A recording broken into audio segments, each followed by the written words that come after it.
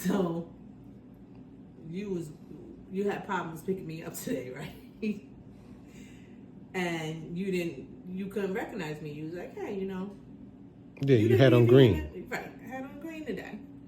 Still And a do. lot of people there had on green. Right, so you're looking for your wife. So this is what had happened. So I go to a women's empowerment meeting today from the Urban League of St. Louis. A great event, kind of like church for me. So I walk in and got a good look at the shirt. It's a nice shirt, right? So I walk in and I'm in all my mean and glory. I have on my wig and I'm gonna do the walk for you, baby. So I'm walking and I'm feeling good about my little jellies. Okay? Been turned 49 years old or whatever. And I feel great. But I'm late to this event, so a goddess walks in the door, what do? You look. So, but I'm in a room full of goddesses, and they look. And here I am. Right? With my own water in a glass bottle, and I sit down. And what's the church lady thing that we said? You like how you walk into church and the older women look at you like, So now I'm kind of shrinking as a black woman at a empowerment summit. I'm shrinking as a black woman because I'm like, oh, I didn't get the memo. I came in trying to be fabulous, and now I'm feeling some kind of way.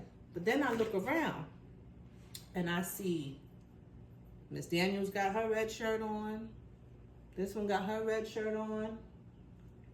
And it may not necessarily go with their outfits, but they got their red shirts on.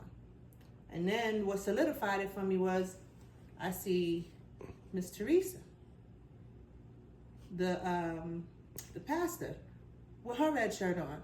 So I'm like, ooh, they gave me a shirt in my gift bag. Let me go on, when I registered, let me go on and put on my not my costume, what is it? Uniform. My uniform. Let me put on my uniform. This is before I took off the wig.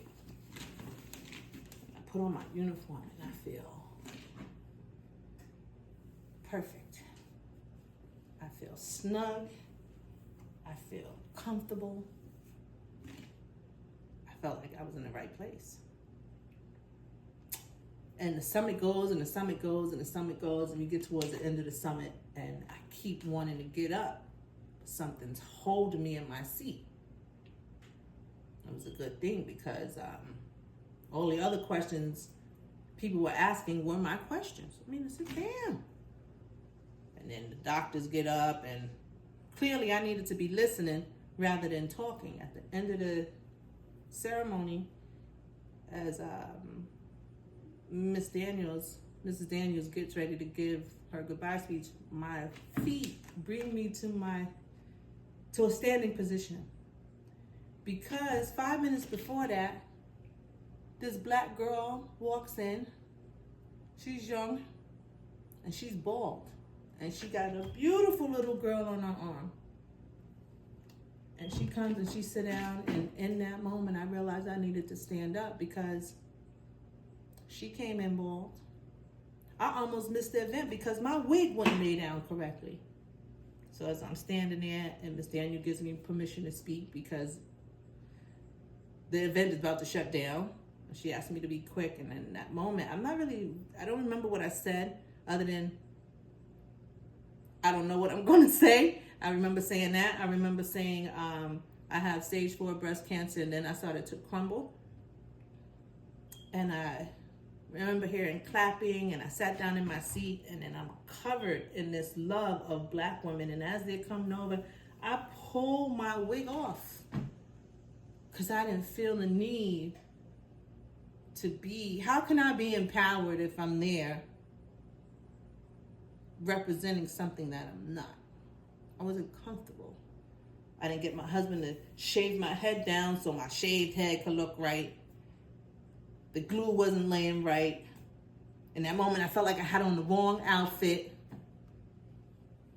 My like I did. How could I not belong in a room full of Black women, empowered Black women, women who were coming this morning to give other Black women strength? It didn't matter what I looked like. It didn't matter my education. It didn't matter whether I had a job. It didn't matter if I was sick. What mattered is that I showed up. Did you show up for yourself today?